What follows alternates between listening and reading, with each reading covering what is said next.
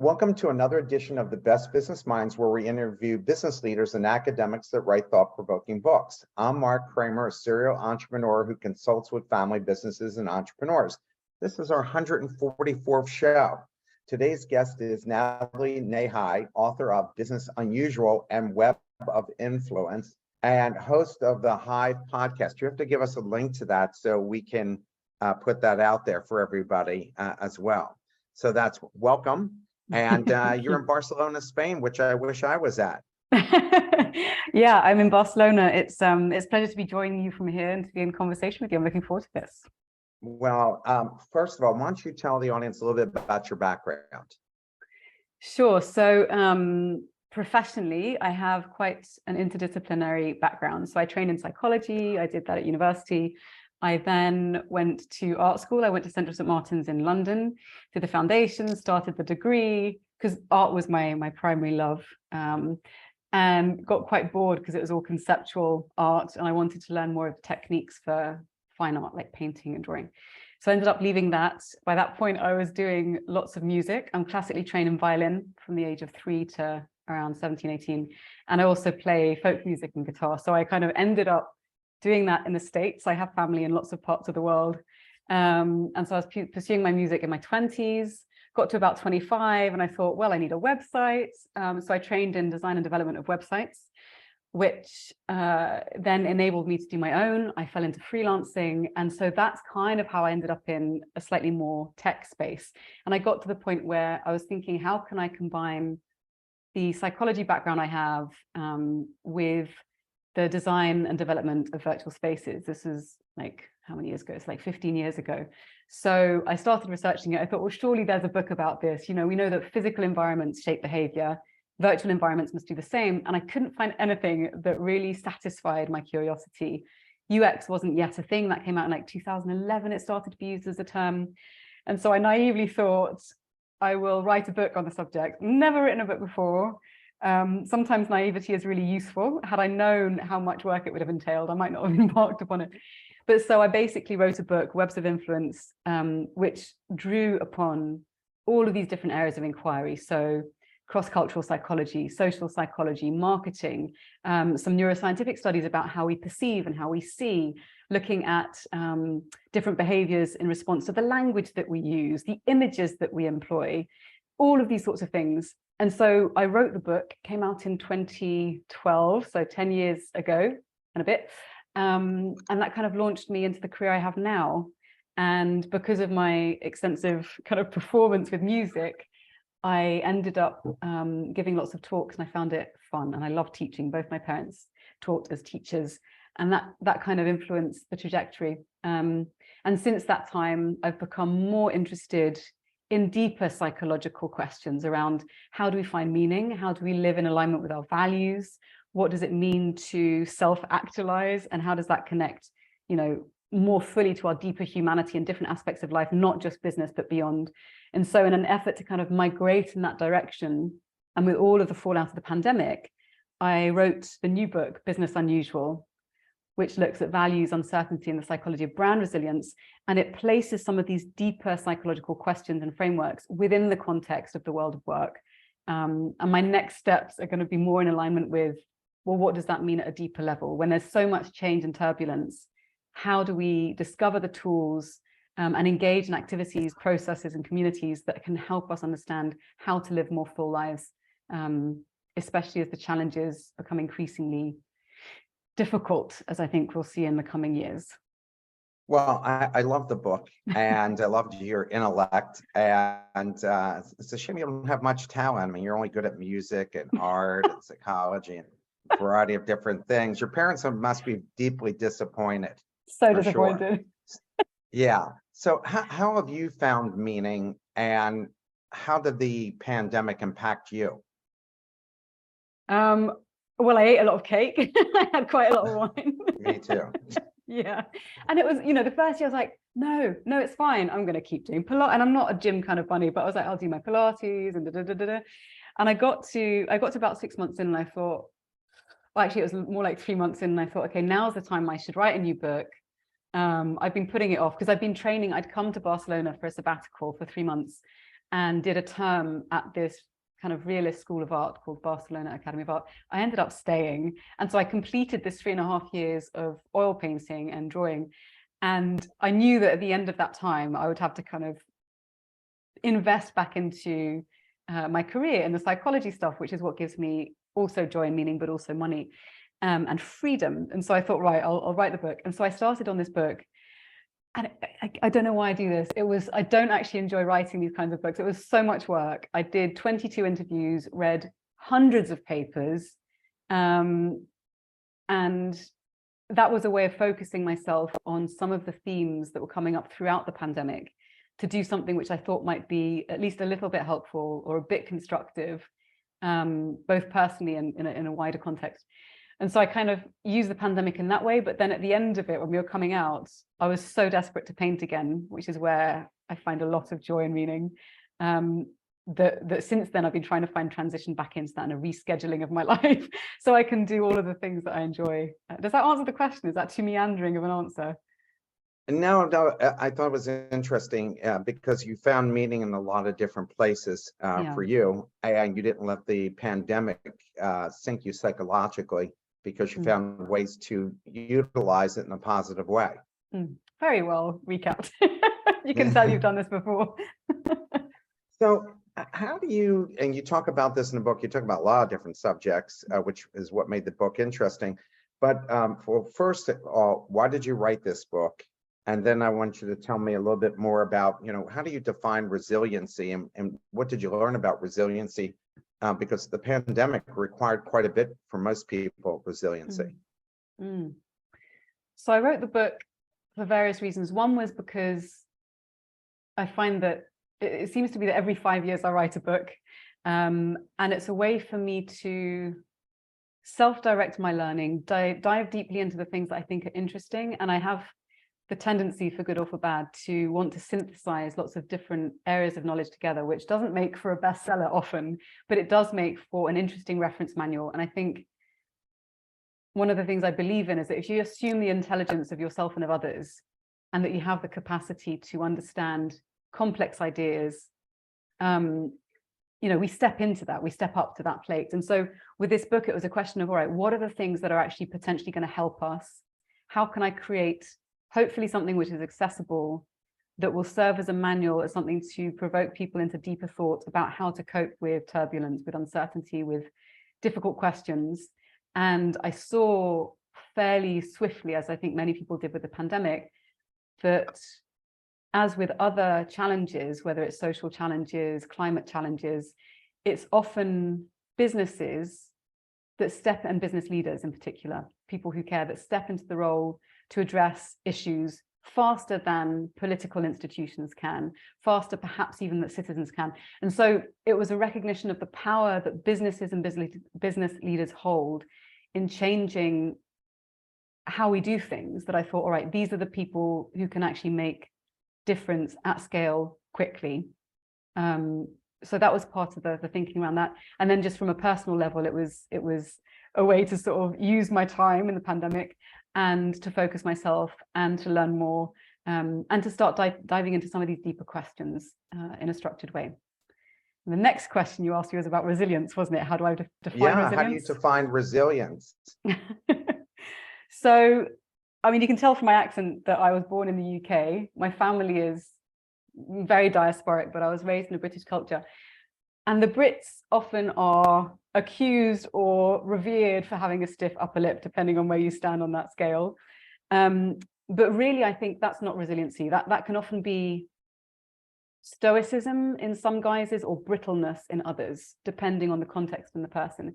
And so I think for me, resilience is about being able to have the resources and develop the skills, which includes relationships, to cope with and withstand difficult experiences, traumas sometimes, ongoing uncertainty, turbulence, so that we can come out of those situations with greater strength, greater understanding, having learned something about ourselves, hopefully stronger relationships with those that we care about, and a sense of having deepened or grown into something more than we were before. In the best case scenarios, I think that's what resilience is. What did you advise your friends during the pandemic who might not have been as resilient? And what did you say to them as they were feeling, if they were by themselves, they felt trapped and alone. And even if they were with somebody else, the idea that they couldn't interact with a lot of people. What were you telling friends who, because you have a psychology background, how do you get through this? A good question. I mean, I think because Barcelona is a very walkable city, so there's a physical sense of proximity. The quality of isolation was quite different. And I mean by that, like when I was living in London, a lot of my friends would have been spread out throughout the city. It takes a long time to get anywhere. So there's a sense of physical estrangement that can come from being isolated in a larger place. At least that's how I feel about it. And so when I had friends, I had one or two friends that were living alone. In Barcelona, there were hours in the day. I think at one point it was like from 10 till 12 or from 10 till 1 in the morning that you could go out and walk and exercise. And during those times, you could walk past your neighbor, your friend who lived down the road, and wave to them and have a conversation. You could go on a hike. One of my friends, actually, when I was in the writing the book stage, but again, there were limited hours for contact, literally just left a croissant outside my door and said, I brought this for you to kind of pep you up. There's little gestures of tenderness and kindness. Some of the things that we did was to listen to episodes of podcasts and then jump on a Zoom call and discuss it. So there's still this sense of connection that that saw us through. So yeah, those sorts of little things. Do people become more or less resilient as they get older? Because like you now have been through things in life and maybe now you have different perspective. So do people do people become more resilient because of experiences? I think it depends on the person. One of the interesting things when we're thinking about resilience is also, well, there's several things. One interesting thing around resilience is how we can cultivate greater resilience by focusing on how we live out our values. And another aspect is, I mean, there are several aspects, but another aspect is about the psychological traits that we express ourselves through, so the personality traits. And speaking to the question of age and getting older, there is some research that suggests that over time, we become less neurotic, so more emotionally stable as a general trajectory through life as we get older. If you become more emotionally stable or less neurotic, one would expect that the level of resilience, our ability to cope with difficulty, strengthens. That being said, there's some interesting research around trauma and how unaddressed trauma can have knock-on effects into adulthood. And if you don't change or address some of the patterns that arise through coping mechanisms from prehistoric, well, like previous or historic trauma, then we can end up getting ingrained in those patterns and reliving things that are difficult, like relationship styles, coping behaviors, etc., that can cause further damage as we go through our lives. So it's a very mixed answer to a question, which is a simple question, but has a lot of depth to it. So I think the answer I would give is that the general trajectory is that, yes, we become more emotionally stable and potentially more resilient with age.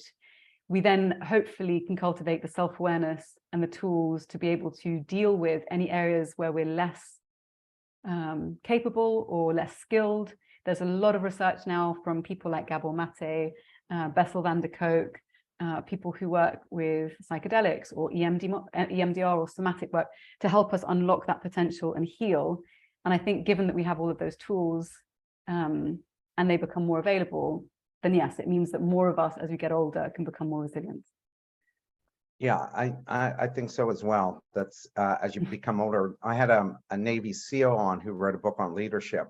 And he said that how they could tell if somebody was going to make it, all things being equal, that they were able to shoot a rifle, do all the things that they need to do. He said, but really it was 80% mental. He said, you don't have to, people think of SEALs as like Superman, but he said, it's really super mental. So he said, if when they put people in the ocean and the guys who would joke about how cold it was and make jokes about it, he said, we knew those guys were going to get through SEALs. The guys who gritted their teeth and didn't make any kind of jokes and were super serious, he said, almost 100% they always failed out. He said, because when you're on a mission and things are under a lot of pressure, you need to be able to make light of it, or you're going to be too tightly wound, and then that's when mistakes happen. So I thought that was pretty interesting that, people who are, he said, people who are resilient usually are ones who have a great sense of humor and can make jokes out of bad situations. Yeah, there is something about being able to hold things lightly, I think, and a quality of spaciousness. I think especially also with ourselves, it's kind of, I haven't met that many humans who are completely self-actualized all of the time. I don't know if it exists. Maybe someone like Thich Nhat Hanh or someone such as that. But I think there is something about cultivating a quality of spaciousness so that when shit goes wrong, or we fall into a trap, or we fall off the wagon, that there's a quality of compassion that we bring to ourselves that we then can extend to others, that allows for us to kind of pick ourselves back and rebound somehow. When talking about building resiliency as an individual or an organization, Dr. Edith Goldberg, founder of International Resilience Project, writes, you have to engage the whole person. What does she mean by that? So I think it's about tapping into all of the different aspects of who we are. So it could be tapping into your beliefs, tapping into your relationships, tapping into your capabilities, the things that you're good at, the things that maybe you hold dear. So it could be, rather than just engaging someone and saying, right, you have to cope with this now, and we have to do it just intellectually, which I think in many northern sort of Western developed countries, there's this emphasis on the intellect and on coping strategies and on mental models. That's one aspect of our being. You also have to be able to deal with things at the somatic level. So how are you taking care of your cortisol levels, of your stress levels? Are you being able to be in contact with people who can give you hugs? Are you going out into nature? Are you feeling a sense of connection with the wider web of life? Are you nourishing yourself well? So it's really looking at the whole system of a human being and bringing all of that to bear into our potential for resilience. I think it's not just about being mentally strong, it's about that and all of these other things. Why living according to your values can you get through tough situations? What if you had a bad set of values like criminals? Does that change things? That is such a good question. I wish I hadn't answered that. It really gave me pause for thought when you sent that one over. I think when it comes to values, there is something around being internally coherent, that when we experience our behaviors as being aligned with who we want to be, like our aspirational selves. So say, for instance, I want to be someone who looks after our planet. And if I go to the shop and all of the shops are shut except the corner shop and they sell everything in plastic bags, I'm going to feel a bit rubbish if I buy something in a plastic bag, because I feel like I'm going against my values. But for utilitarian, practical reasons, I might buy something. So that kind of tension that arises when we're not living in accordance with our values or beliefs arises. There's a thing that arises called dissonance, so cognitive dissonance, but also emotional dissonance. And it's very stressful. We seek to come out of that state, whether by changing our behaviors or changing our beliefs. It can go both ways, which is what makes it quite tricky. And so I think when it comes to dealing with stressful situations, if we can find a way to identify what we care about, what values we care about, do you care about creating an environment in which people feel safe enough to be fully direct and honest about their needs, for instance? That would be a good example. Then you can say, okay, I'm going to behave in alignment with that and cultivate a scenario in which people can do that. If you're able to cultivate scenarios, context, behaviors that are in alignment with your values, you'll feel much better about things. And there was an interesting set of works by Viktor Frankl, who I'm sure many people have heard of, where he talks about the fact that people, when confronted with extreme terror, horror of the Holocaust, he talks about, because he survived this, the people who found a sense of deeper meaning through their values, through a system of belonging to something greater and deeper than themselves, they were able to go through the most extraordinarily horrific circumstances and transform their lives to come out and create meaning. So it was like a human triumph of overcoming insurmountable odds. So I think when you look at extreme examples like that, it can teach us a lot about how to live into difficulty by focusing on something which we care deeply about and how we want to live. I have to tell you, I met a Holocaust survivor named Ika Sementovich, and she survived 2 camps. Oh, She survived watching a German officer put a gun to her mom's head and shoot her mom in the head because they wouldn't give up someone. She survived the camp, got married, was married 47 years, had 4 sons, and then 1 son and a husband each died in separate car accidents. Like she wow. hadn't gone through enough. And yet her attitude about everything was incredibly positive. She just would not let that drag her down. Wow. And every time I have a bad day, I think of it again, I'm thinking how bad the day could have possibly be Yeah. compared to what she went through. So we have a question from the audience. Can one be resilient or become resilient without self-awareness? Oh, what a thoughtful question. That's a really interesting one. So I have several thoughts in response to that. So self-awareness, it's a tricky one. So from a Western perspective, we place a lot of emphasis on individual identity, growth, awareness, transformation, and we're focused on the individual. And self-awareness indicates a sense of self, which is individual. So there's that thing that I want to bring into the mix. The second thing is that, and in that context, you'll say, okay, self-awareness is on the individual to cultivate themselves, to deepen their skill set and what have you. But I can also think of situations in which there are more collectivist ways of living, where the sense of self might be embedded in a construct of interbeing. So it's not just self, Nathalie, it's self as a member of a community, as a member of a wider ecosystem, etc. In which case, our concept of self-awareness might be quite different. And so you could say, okay, someone who is embedded in a culture where they live in relationship with others as a community, and the texture of their daily lives is one which is enmeshed in relationship with an ecosystem or what have you, how much individual self-awareness is needed in order to feel resilient. I think systems where there is a greater sense of relationship and balance and harmony don't necessarily need as much self-awareness in the way we might conceive of it in psychological terms than systems where there are a lot more challenges because we are atomized and because we have fragmented relationships and we don't have a sense of support from others. So I think self-awareness may not necessarily be necessary for resilience because we get resilience from community as well as from other places. And yet for many of us living in very individualized societies, self-awareness and self-growth, I think, is vital. I don't think it's the only route. I hope I haven't muddied the waters. I think that's quite a kind of multi-layered answer to what is a very beautiful question. Well, like you said, it's a very substantive question Yeah. that requires a lot of deep thought about that. You mentioned things people can do in stressful situations to get through tough situations and times. Tell us what some of those things are. Okay. So some of these are very, very practical. Often they're quite practical. And often the most robust routes or effective routes out of a sense of heightened stress is to get out of our own heads, because we ruminate and that causes a lot of issues. So one of the things that's been well documented is if we affiliate, if we spend time with others, that reduces stress. I read some interesting papers years ago about how consensual, appropriate touch for women in particular, so things like stroking or hugging in a way that feels safe with people that you care for, can be a really good way to kind of co-regulate. Also, we know that things like singing, especially when you're singing with others, humming with others, walking in nature connectedness is huge when it comes to down-regulating stress. And there are various ways to get that. So you can spend, even if it's just like an hour walking in a forest, if you have that available to you, and not everyone does.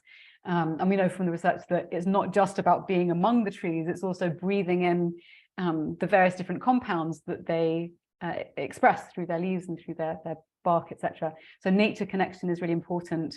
There's been some really interesting psilocybin trials looking at being able to help reduce people's lived experience of treatment-resistant depression, anxiety, end-of-life anxiety. So there's lots of different ways to kind of reduce stress. Other things include learning to regulate our emotions better. And one of the things that can help with that is learning to identify, name, and communicate our needs to other people. So nonviolent communication is an amazing framework and process for helping us to do that. So those are just some of the things that are on my radar for helping us to deal with things more resiliently. I eat chocolate cake. So Yes, and chocolate cake. I'm with you. You write that 40% of millennials will choose one company over another based on environmental impact. That is exercising one's personal values. If the economy takes a major hit and job opportunities become scarce, will people throw away those values? That's a very good question.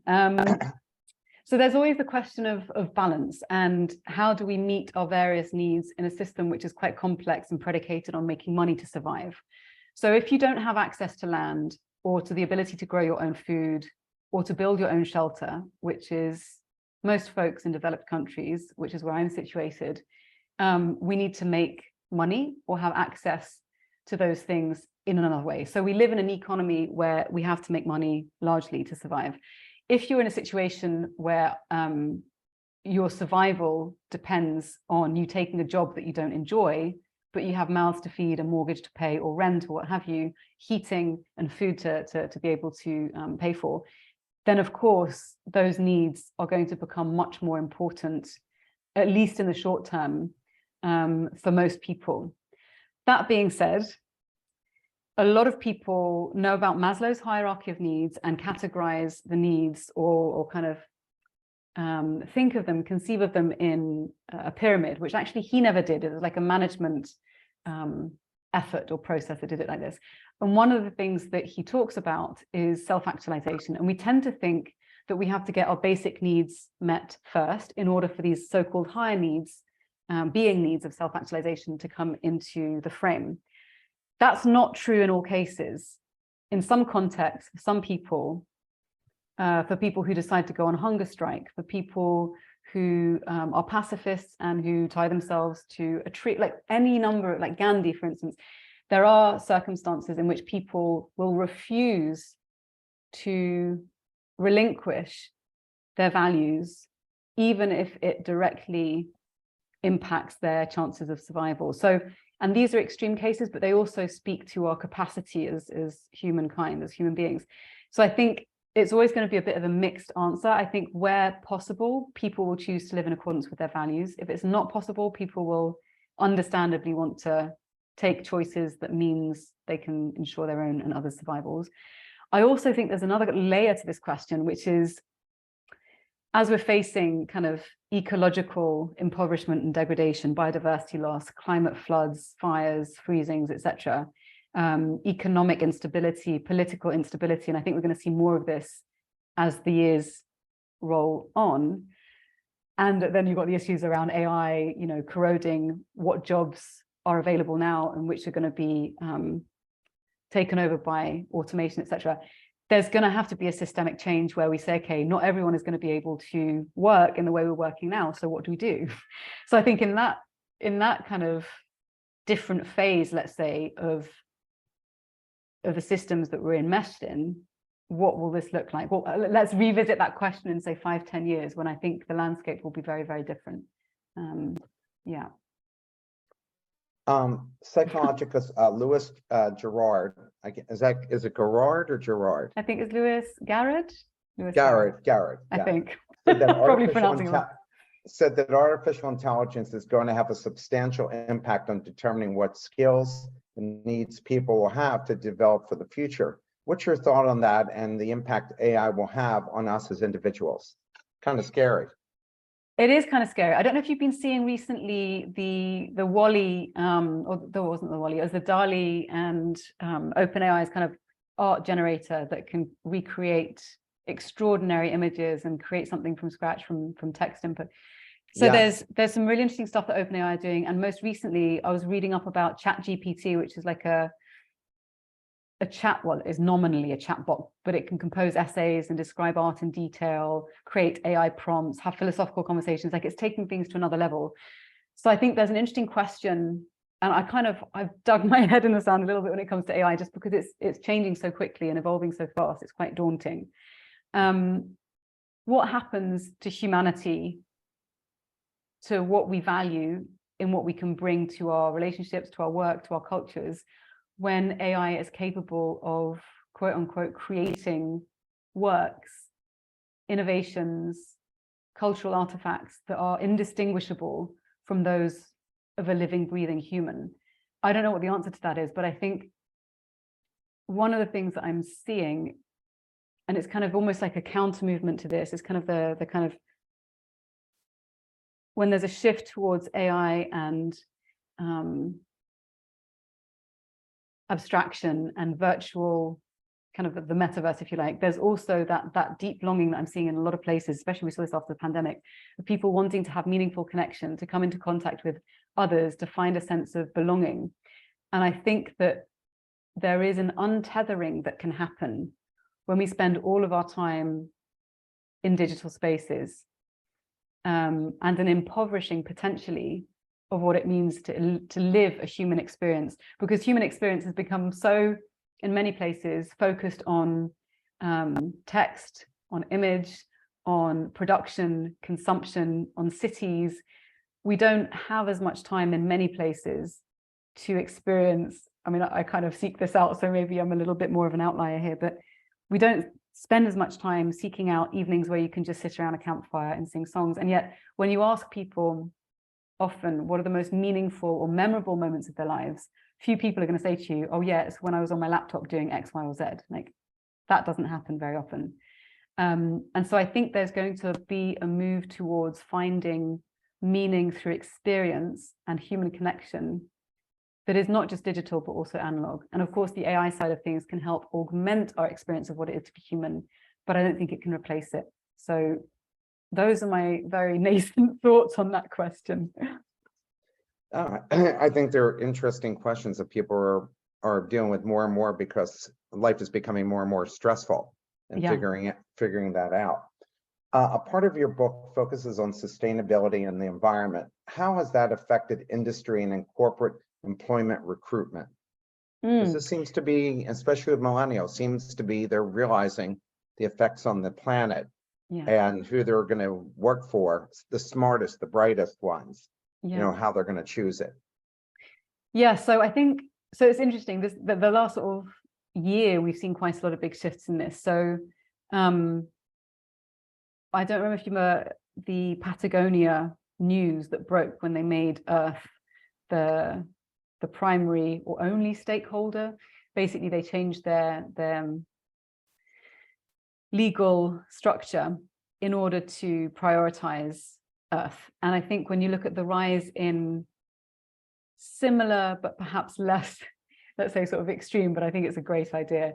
So similar trajectories, you see the rise of B Corporation. I know that quite a lot of large companies now are seeking B Corporation certification as a means of providing for the consumer proof that you are not just in it for profit, but you're in it for people and planet, and also as a means for changing the heart and structure and DNA of a business through various different processes to make sure that you're not just having one priority orient all of your business endeavors. So I think people are looking for companies not only to just do good, but also to be good, to prove it, to live up to their integrity.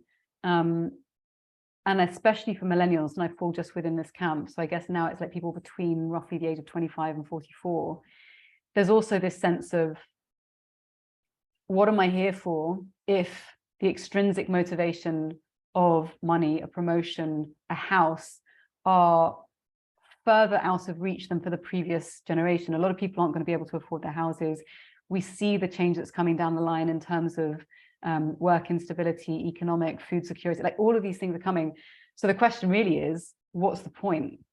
Why spend my life if I'm in a privileged position where I don't have to work in a factory on low wages? Like the question of privilege comes into this massively. But if we have a sense of possibility and opportunity, why would we choose to work for a company that we hate, doing work that's meaningless? And so that's becoming more and more central to companies being able to attract and then retain individuals. And I think, especially with the pandemic, a lot more people that I know have decided to work a lot less. They're like, well, what is enough? What's sufficiency? How much money do I really need? What do I want to do with my life? Do I want to have 5 days working, or maybe is 3 enough and I spend the other 4 doing the things that I really love? And so it's also that inquiry as well, like, how do I want to live?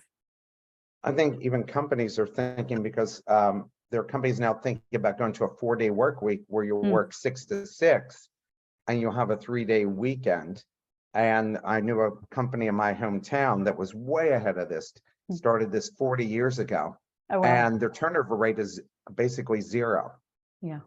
Because the people like that structure. They feel like 4 days a week, they don't mind working 10 hours a day, those 4 days, to do whatever has to be done. But also the 10 hours a day, because you're still working almost a 5-day week, but just across 4 days. So, and I think that's quite an American model. And I've noticed this since, I was living in London for a long time. I've been living in Barcelona for 6 years now. And from America to the UK, there's a change in terms of how much holiday we get and the priorities that we have. And then from the UK to Spain, there's another massive change. Like people have, that often a lot of the shops here don't open till 10. They shut for 2 hours in the afternoon and then they're open till 8.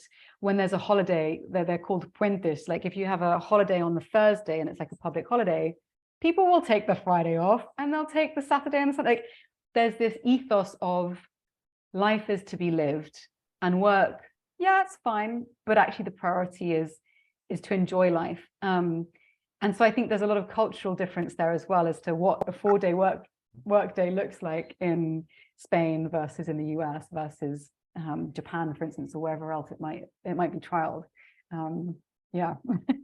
I just read this morning's Wall Street Journal that there's a company, I'm forgetting which company it is, that is penalizing people for calling people while they're on vacation. Oh, great. Like you're going to be fined for calling them while they're on vacation because they really want them to have it. And in the US, a lot of the Silicon Valley companies started a thing called unlimited vacation because these people are such workaholics that you have to take away the laptop and force them into taking it. But it's interesting because I think with the workaholism thing, it's also a coping mechanism for, well, it can be an escape, no? There's not just there's a cultural narrative in many places, which is like the American dream, people can work for it. There's a meritocracy. If you work hard, you'll achieve this aspirational vision of what life can be. And also there's the other side, which is, I was sort of subject to this in my 20s and 30s, the sense of, oh my God, I've got to work, I've got to contribute value. I have to be constantly earning my right for recognition, for not even recognition, it's something more than that. It's like to be enough, that you're good enough if you perform in a certain way. And I think many cultures have this sense of, if you are not producing, you are not valuable. And we've got that completely wrong. And I think what we see is that when you say to people, and this is what we're seeing, I think, with these conversations around meaning and self-actualization within the workplace, which is you are a whole individual and you are embedded in a society which has other needs. If we recognize that and we speak to that and we give you the opportunity to develop your personal growth, whatever, then you're going to bring more of yourself to work. You'll be more intrinsically motivated. You'll perform better because you'll be more invested personally. And that has a knock-on effect, sort of weirdly, on the KPIs that you have for people to be more productive. So it's kind of, I think our starting point, we've misunderstood what makes for a fulfilling and productive and high-performing life, if you want to take that from that perspective. What did you think of when Elon Musk told people, guess what? If you want to stay here, you're going to have to work 15 hours a day, 7 days a week. Yeah, look where that's got him. Yeah. No, I mean, there's always going to be outliers. I think, I don't know. I mean, every person that you ask will have a different answer to this. And my answer is not the answer that everyone will give. And that's fine. I'm sure there's a lot of people who will disagree with my approach, but I am currently trying to unlearn this sense that I have to constantly be busy in order to thrive. Flourishing and thriving is really interesting as a question to me. Like, what does that look like? And for me, it has to include, and I find this difficult, I was raised Catholic, so there's also this kind of, this element that comes in, which is always better yourself, always be doing something. There's this sense of kind of guilt or desire to be other than one is. And I think for me, the real thing is, how do we unlearn that and go, okay, what are the ways in which we can live rich and fulfilling lives and work in a way that's pleasing, and that's connected? And yeah, it doesn't mean working your ass off in a job you hate for people you don't respect. Like everyone loses. And I think what's also interesting, I was reading a column the other day, I forget which was it, in the New Yorker or in the Guardian, probably the Guardian, about someone who's a therapist to hyper wealthy individuals, so hyper agents, billionaires, and he was saying that folks who get to that level of stratospheric wealth often are extremely isolated and in a state of near constant vigilance, because how can you tell that people are relating to you or wanting to spend time with you? Like, and that's an impoverished life, you know, like a gilded cage is always going to be a gilded cage. And I don't think most of us have really, I think many of us don't understand that. And we kind of long for this and we just, yeah. Here's a question from the audience. Is there any, excuse me, is there any relationship between resilience and mental health? For example, do more resilient people suffer less from mental health issues like depression, or more or less? From what I've read, I would say probably less. But also, and this is where it gets really interesting, when you look at things like depression and anxiety and trauma and panic attacks, these expressions of imbalance, maybe that we're not in right relationship with ourselves, or that something's out of kilter. Most of us, I think it's endemic to human experience. Most of us at some point in our lives, and in many parts of our lives, will go through difficult periods. And for some people, that can show up as depression. And for other people, it can be anxiety. For others, it can be workaholism. Like, it shows up in different guises. But I think when we think of the question of resilience, if we're experiencing difficult periods of time where we're unable to cope, or coping in ways that don't feel nourishing to us, it's because there's something else that hasn't been understood, healed, addressed. And so when we go through difficult periods, depression, for instance, as you asked about that, can be a knock at the door to say, okay, it's time for you to look into what's not working. It's time for you to look into the traumas you experienced as a child, the unmet needs that you have, maybe an inability to ask for help, maybe an inability to express anger. There's so much that we have to contend with in being human, and unpacking all of the difficult, complicated things about life that we have to deal with. So I think part of resilience is being compassionate to ourselves and to other people when we come across these difficult periods, and then using them or recognizing them as an opportunity to meet them, to encounter what it is that lays beneath that difficult experience, the depression, the anxiety, so that we can step more fully into ourselves, and not run away from it, because I think that's where the healing lies. It's in meeting what lies beneath or beyond the presenting symptom. That's just from my own reading around, working with these things. And I'm not a clinical psychologist. It's not sort of medical or clinical advice. It's just opinion from my own experience. So another question from the audience: what's your practical advice to build one's resilience muscle? Resilience muscle. I've been exploring this a lot recently with folks in Barcelona. So for me, a lot of the answers to the questions of how do we cope with uncertainty stem from being in community. And I've discovered that there's quite a large appetite from other people, certainly where I'm living in Barcelona, but I think the same is true for friends of mine in London and elsewhere. There's a big appetite for wanting to be in real, direct, authentic communication with other people, to feel like there's a space where you can find a bit more spaciousness and kind of like bring yourself, warts and all, to the conversation, especially because we live in a time where social media creates conditions within which it's very hard to have debate and robust discussion and inquiry on difficult or emotionally heated areas. And I think we need to be able to have deep discussions in difficult places and joyful places in order to fully explore what it means to be resilient, to be human. So I think for me, community is the answer to that. So I've started doing, and this might sound a bit woo-woo, but one of the things I was missing being in a city is a sense of connection to nature through the seasons, because, you know, we've got a few trees in the city, but we don't have many parks.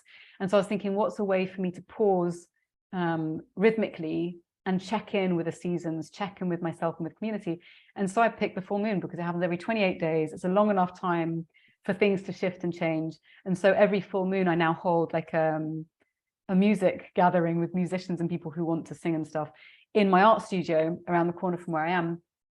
And that really cultivates community. People show up, they bring their wine or like kombucha, whatever they want to drink and eat. And we have an evening of maybe 5 or 6 hours, candlelit, singing songs. It can be everything from, like, I don't know, the Beatles to songs that I've written or friends. And so I think community is a good starting point. And then the question is, do you feel that you are nourished by a sense of community? If it's lacking, it's probably lacking for the people around you too. How can you create a space and a rhythm in your diary across months to bring people into contact? And I think it's not just about doing it online, which is also useful, but also doing it physically in person. So that's where I would start. I'm surprised that so many young people, I've always worked from home, no matter what my ventures. I'm a serial entrepreneur, and I've always worked a couple of days at home and sometimes every day at home. But I'm surprised that after what people went through with the pandemic, that they're not rushing to get back in the office and interact with people. Why do you think that is, that they are wanting to stay at home? I mean, yeah, I find I'm more efficient at home, not all these meetings and everything, but so many people, one of the things they missed was being able to congregate with people. And that's part of the joy of actually working in an office, is the interaction with other people. Totally. Well, it's interesting, your insight about the congregating with others, and then also the being effective at home. I think there's many reasons. I think part of it is to do with agency. It's to be able to do your work within the rhythm of your day. So you don't have to be in at 5 and then keep chugging through, in at 9 or at 8 and keep chugging through till 5.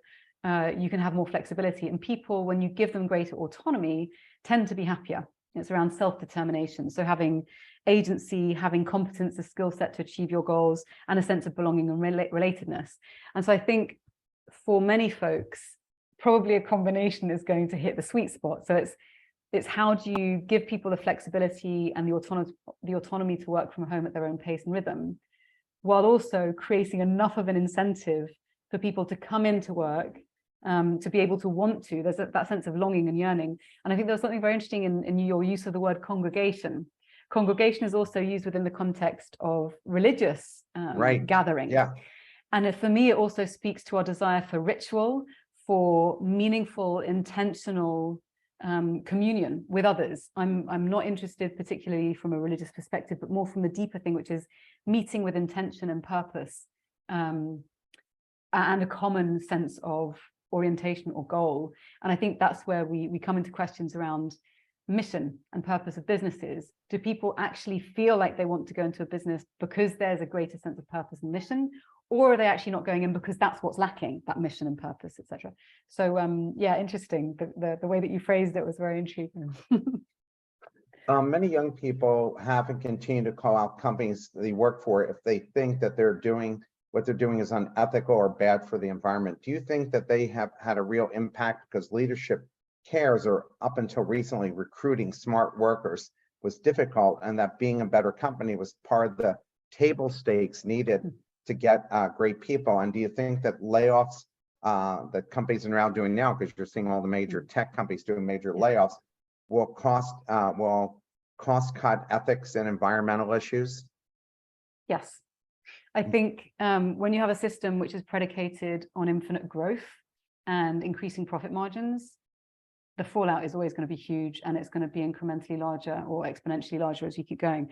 And this is where kind of my interest in systemic change, which I explore a lot more with the Hive podcast, which I run, this kind of intersects with questions around post-growth ideas, degrowth ideas, which is a term that sits really uncomfortably for many folks. But the question is, like, if we're creating systems, economic systems, that are predicated on infinite growth, but we have to respect planetary boundaries. There's only so much lithium in the world. There's only so many trees. There's only so much water, etc.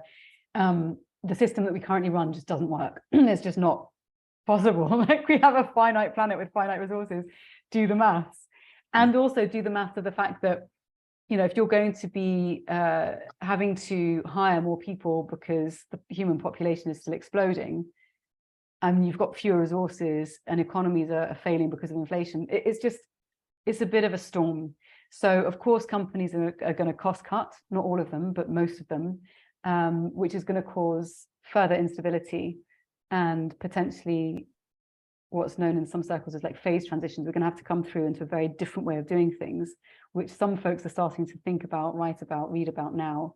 But yeah, I think we're in for quite a bumpy ride in the coming years. I also think people are frustrated. When I was in my 20s in the 80s, a CEO made 60 times the average person. Now you have CEOs making 3,000 times the average person. Right. Or companies are sitting on 100 billion in cash, but yet they're letting people go, which is giving people uncertainty in their life. As opposed to when I've run different companies, when we ran into trouble, I basically said, we can all take up 10% cut and everybody keeps their job, or I can fire 3 people.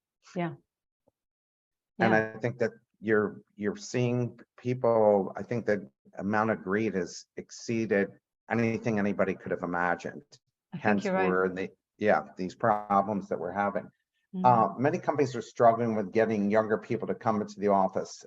One of my clients is a national real estate firm that's having a hard time getting tenants. They're pushing the theme of whether employees want a job or a career, which the implication is that you don't have a career if the senior people don't see and interact with you in person. Do you think that there will be a hybrid solution, or will employees who are getting the leverage back because of the layoffs, employers getting the leverage back, will insist on employees returning to the office? I think we're seeing a mix of both. I mean, I have seen some companies that have said, right, well, if you're unwilling to come into the office, you don't have a job. Then there's the opposite of that, which is companies that can afford, well, companies can now hire folks who live in other parts of the world where they accept lower wages because of the differences in economies and etc. There's kind of, it's a totally mixed bag. I think from the question of jobs versus careers, it's interesting because we're talking more about the millennial cohort, which are 25 to 44. And I think we still have within our cultural mindsets in developed countries this sense that you have to do the 9 to 5, but we've seen technology be born and change the face of work and the hybrid possibilities that we now have. And there's this kind of longing for something else. But then underneath that generation, there's a whole new generation that are going to expect a lot of different ways of working than the people who are mostly employed now. So I think there's also going to be that question of, well, what is it that we need to, what needs are we going to have to meet in younger folks coming up who are in their early 20s now, when they perhaps, and I've heard this anecdotally from friends that run businesses, they perhaps don't want to be told what to do. They don't want to necessarily apprentice. Some folks have reported this battle with entitlement, like, you know, in millennials, there's a sense of if you graft hard for it, you can get it. So, I mean, there's a lot of change coming that I think younger folks are going to demand from their employers. Quite how that's going to affect that dynamic, I don't know, because there's not enough of them yet in the marketplace to know how it's going to shift. What are your thoughts on that? I see a lot of younger people feeling a high degree of stress because even if they're making really great money, they can't afford to buy a house. Yeah. They can't afford to get ahead of it. And their parents and grandparents had better lives, even though they're making more money, not just, you know, adjusted for inflation, but they are actually more educated, more everything. Yeah. And yet it's still an enormous struggle with high degree of stress. We have a question from the audience. What do you think of the Generation Z in the westernized world and their ability to be resilient? So this is an interesting one. One of the things that's really, two of the themes that I think are really present in research around Gen Z. One is eco-anxiety, will we have a future? And two is the impact of social media on self, on connection, on esteem, mental health, attention span, focus, dopaminergic rewards, all of the rest of it. So I think Gen Z have it extremely hard, actually. They're up against a lot. And for that reason, I think that's one of the reasons why we're seeing so many younger activists being so much more vocal about what their needs are, because everything's intertwined. There's a sense of, is this all that there is? And how dare the older generations have robbed us from a future, or created technology which is siphoning our lives. At the same time, there's a lot of people who are like, well, hang on, but this technology is amazing. It allows us to connect, to organize, to communicate. It's almost like the metaphor doesn't quite stretch this far, but it's almost like creating a consciousness for the planet in a sense, in that it reflects a lot of human ideas, thoughts, and creativity. So I think it's a mixed bag. I think they have it really hard. And I think that given that younger folks today, as you mentioned, don't have the same rosy view of the future and potential for stability, growth, and longevity that previous generations have had, their priorities are going to be different. So are their levels of stress and anxiety. Yeah, I think even on a global basis, leadership among countries, leaders are not thinking about the people first. It's all about the power and who's going to win, as opposed to putting the people first. So we're seeing bad leadership around the globe. Because of the pandemic, you're right that 50% of consumers started buying online, that consumer loyalty to specific stores and brands has taken a significant hit. Will we see more empty retail spaces, or will that snap back because people are going about their routines as they were before the pandemic? I think it depends a lot on the nature of where the shops are. So for instance, in the UK, a lot of high streets, big stores that have been around for a long time, shut. And with inflation and the recession coming, I don't think these stores are going to get replaced very quickly. And so there's that question.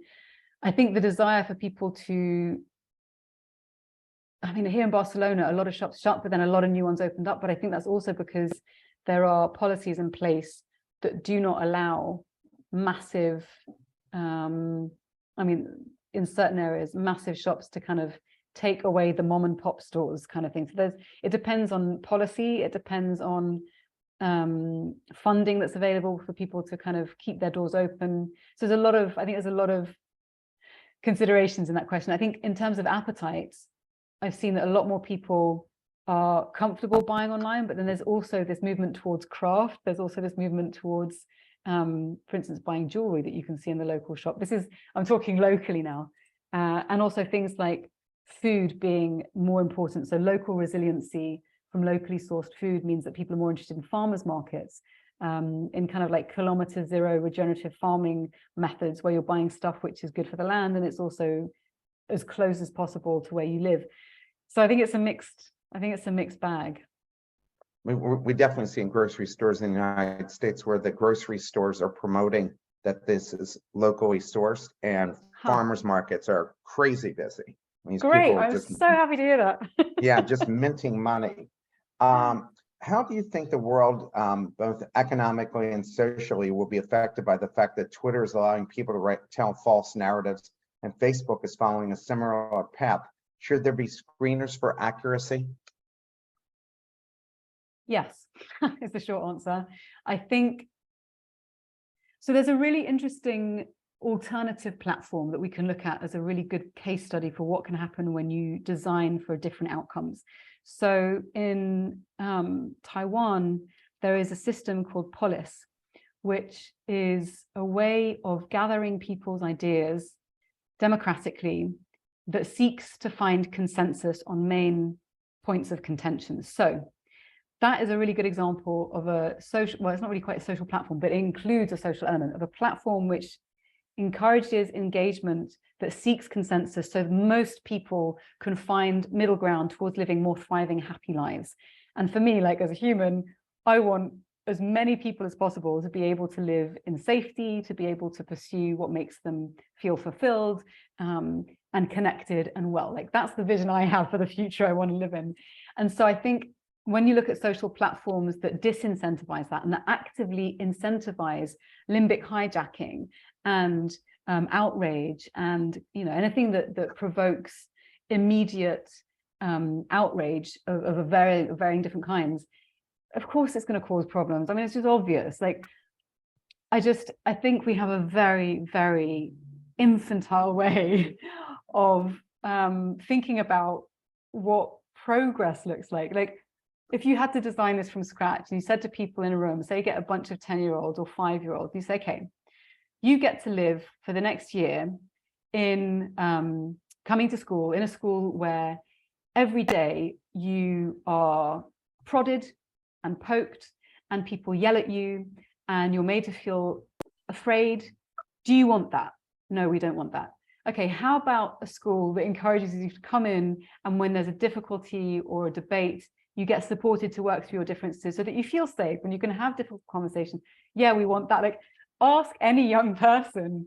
And of course, that's what they want, but we haven't designed, or systems have been allowed to be designed in such a way that they have effed everything up for the rest of us. And then people say, well, the onus is on the user to change it. But how can it be on the user when the systems are designed to be so persuasive? This is where sort of Tristan Harris's work with Humane Centre of Technology and others comes in.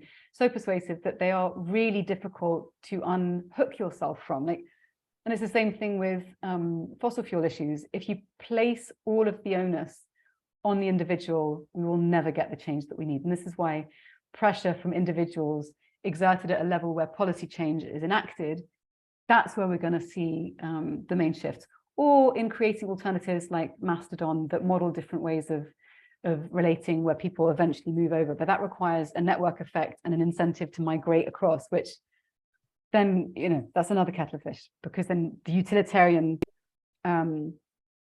sort of loading of platforms like Facebook, which everyone has, and Instagram and TikTok, which everyone has, it's going to be hard to unhook masses of people to move over just because everyone's so used to using it. So it's complicated, like everything, like all of these great questions that you're asking, they have complicated answers. Well, we've run over, but there is one more question from the audience. And so I figure do you have a minute to answer this question? I feel like I've been rambling, I'm sorry. This is the last question. What are some of the elements in shifting and controlling the world's perceptions of oneself or a corporation? Shifting or controlling the perception of oneself or corporation? I'm not sure I understand the question. So what are some of the elements shifting and controlling the world's perceptions of oneself? So all the things that are impacting us, that people look at us and they make assumptions about us from all these different platforms that we're on and so forth. What's going to happen with that? So we're thinking about kind of looking at my behavior on Instagram, for instance, and then saying, hey, we're going to serve her more of this stuff and we're going to predict her behavior based on this and that and the other. Is that kind of the ballpark? And control it. And how do you control that perception as well? Because, people read stuff, see stuff, whatever. Now they've got their own perception of you, which might not even be accurate. Yeah. Such an interesting question. Okay, so there's several things to say here. The first is that if we know that the algorithms will feed us more of what we say we want, we have to be more intentional. Again, having spoken about the onus being on the individual, but we still do have some agency. So for instance, on Instagram, I literally use Instagram for three things. One is stuff around systems change and ecology. The second is funny animals, because I love animal videos. And the third is around art. I have trained the algorithm to give me only those three things, and that's only the stuff that I respond to. So there is something around that we can be the curators of what we perceive. The shadow side of that is that if we're not intentional, or even when we are intentional, we can end up in echo chambers, which has been well documented, of stuff that just reinforces existing beliefs, ideas, perceptions, etc. So what I think we need, ideally, for a flourishing, healthy human society is to have a public commons, a public sphere in which there is a different set of priorities, where you can have discussion. You can bring more of yourself to the table. You can debate in a more robust way where you can ask difficult questions, whether that's difficult questions around, especially difficult questions around things like gender, things like race, things like equity, about economic disparity, about any sort of disability that people might encounter, or privilege, like all of the really difficult themes that we have to find a way through to understanding and coming up with a solution to, or better solutions, healthier solutions. Like, we need domains within which we can have the difficult conversations. And I think those exist much more readily in person with others than online, but we can also cultivate them online. So that's what I think we need to do. We need to kind of think about how we engage in the platforms, how they're serving or reinforcing specific aspects of our behavior and identity and perception, and then what do we want and how do we create these public spheres where we can actually bring more of ourselves to the table and learn more from people that we don't share the same experiences with. Nathalie, I can't believe that we didn't lose a single person during the entire hour. So Oh, wow. Clearly you kept us very engaged, and thank you so much for spending the time with us and staying up later as you were in Barcelona. So we really appreciate that.